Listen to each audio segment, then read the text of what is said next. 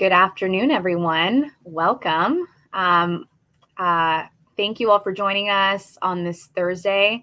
My name is Roxana Gomez. I'm a lobbyist with the ACLU of Washington and also for the Washington Coalition for Police Accountability. Today is day 4 of a 60-day legislative session. We are just about wrapping up our first week. So we thought we'd hop on and share some updates that happened this week. It was a really busy week for us. On Tuesday, 3 bills were heard in House Public Safety at 8 a.m. Those 3 bills were House Bill 1719, which is regarding the updating the use of military equipment. House Bill 1735, which is around clarifications to the Involuntary Treatment Act and when officers are allowed to use force in those scenarios. And 1726, which would change the use of force standard from probable cause to reasonable suspicion on a variety of different offenses. And as I make my way through that list, as a reminder, the Washington Coalition for Police Accountability is in support of 1719, 1735, 1202, 1507, and we are strongly opposed to 1726. So I just want to do a very quick overview of what happened on Tuesday. So as I mentioned, there were 3 bills that were heard that morning. There was broad support for 1719. On 1735, there was also broad support for that bill as it clarifies when law enforcement, that nothing in House Bill 1310 prohibited law enforcement from showing up to behavioral health crisis calls. I think we heard across the state that just law enforcement were not showing up to those calls. So we wanted to make sure that behavioral health folks had the assistance that they needed to carry out those critical services. WCPA did testify in support, though we did raise some concerns with the committee, and we have been in communication with the sponsor, Representative Johnson. In particular, those concerns were revolving around court orders. Currently, in the version that was dropped, officers are allowed to use force to execute or enforce a court order, any court order. We think that language is too broad. Court orders include both in the criminal context, also in the civil context. So someone could have force used on them if they don't, if for failure to appear for a misdemeanor court hearing, for failure to pay fines and fees, for eviction notices. And we think that is too much force for scenarios and situations that don't need to have force. So from the virtual dais, Representative Johnson made comments to the committee and to the public that he was intending to make some of those changes. He will be making those changes. We've been in communication with him, and we are now just going back and forth about the exact language change. So this bill has been scheduled for an executive action next Thursday. What does that mean, executive action? So this is when bills get scheduled to get voted on by the whole committee in effort to move it out of the committee and onto the next committee that it goes to. So we'll be keeping a close eye on that for next Thursday. Nothing to do quite there yet, but as always, highly encourage you all to reach out to your legislators, let them know that you support this bill, and let them know that amending the court order language is something really important to you, as it is really important to the family members. The other bill that I wanted to mention, 1726, as a reminder, this bill changes the use of force standard from probable cause to reasonable suspicion on a variety of different offenses. When we passed House Bill 1310 last session, we set the standard high because we knew that time and time again, law enforcement were utilizing discretion to exercise force on some people and not on others. And we thought that that was biased. And as a result, we saw a lot of our community suffer because of that discretion and bias in policing. So that's why we set the standard at probable cause. This bill would lower it to reasonable suspicion, which I think in previous live streams we've mentioned that it's not any more than a hunch. So we want to be clear about that. And on Tuesday, our coalition showed up to testify strongly against the bill. If you haven't watched the hearing, I highly encourage you to watch it. It was quite a dynamic thing to watch. And I'll just note that there were law enforcement professionals that signed in to testify. And even the law enforcement professionals didn't sign in support of the bill. I think there's universal sort of, agreement between both the advocates and law enforcement is that this bill isn't necessarily helpful to them, as helpful as legislators think that it is.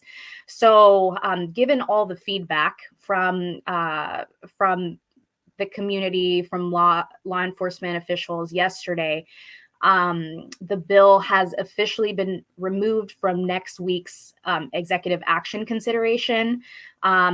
I call this a small victory, but it's not over yet. There are many other opportunities for lawmakers to add this to the executive action calendar. So we're just going to keep monitoring that. We understand that Reps Goodman and Rep Johnson will be convening stakeholder conversations outside of official House Public Safety meetings to work through some of those details. And our messaging will always be consistent. We do not think that this bill is necessary. We think that this bill goes too far, and it works to undo the work that we did and passed in House Bill 1310.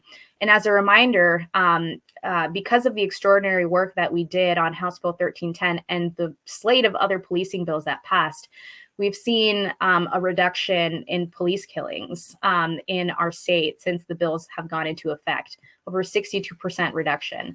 So this is really good news.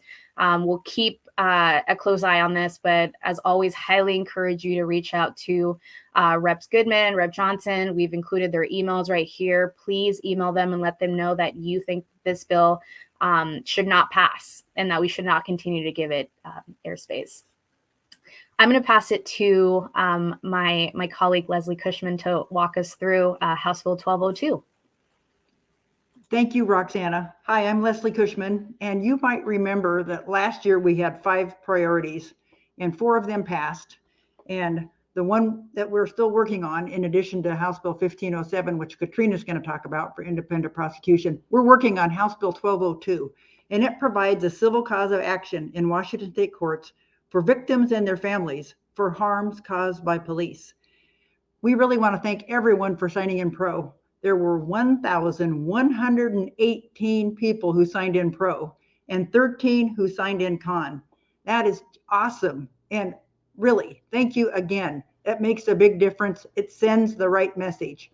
The current work on this are talks between the sponsor, Rep Ty, the Association of Washington Cities, police labor groups, and our coalition. Right now, you can continue to let your legislators know you support House Bill 1202.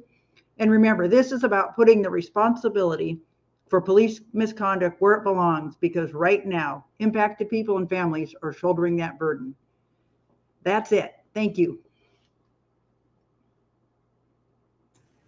All right, we're going to pass it to our colleague, Katrina.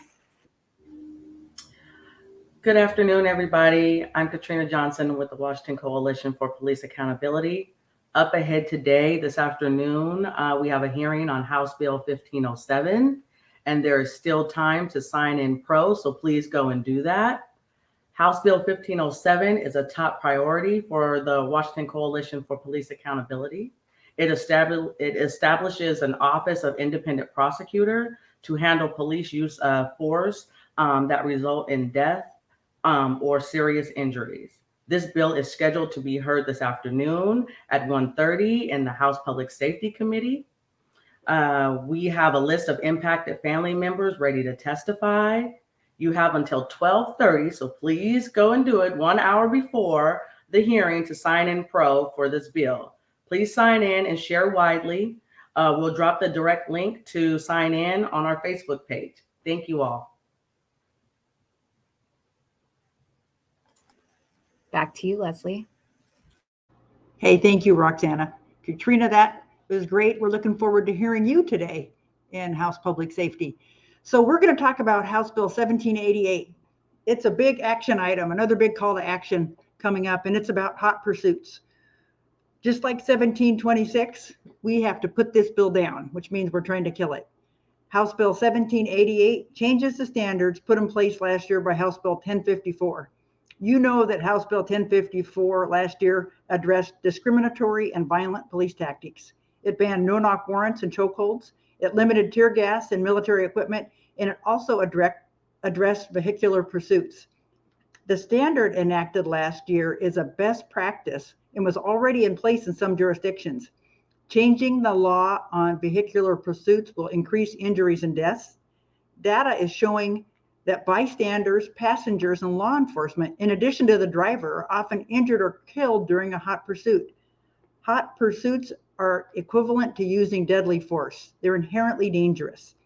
House Bill 1788 opens up hot pursuits by authorizing this dangerous tactic based only on reasonable suspicion for all criminal offenses.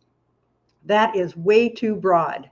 Like House Bill 1726, this bill authorizes unnecessary and dangerous levels of force based on profiling, which puts teenagers and people of color at risk.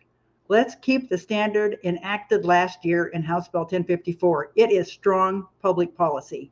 So our call to action is to sign in con on House Bill 1788. It has a hearing next Tuesday at 8 a.m.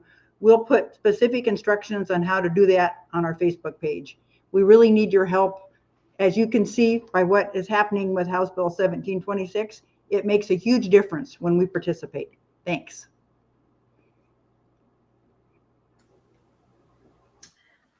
And in closing, I just want to thank you all for your continued support. And as we head into week 2 of a 60-day session, we'll be closely watching what bills are heard and moved out of the House Public Safety Committee. As a reminder, please sign in con for House Bill 1788. And as always, you can stay in touch with us by signing up for our email list, which we'll post in the link. We'll post a link on this post. Sorry. Thank you guys. Appreciate all of your support. Thank you.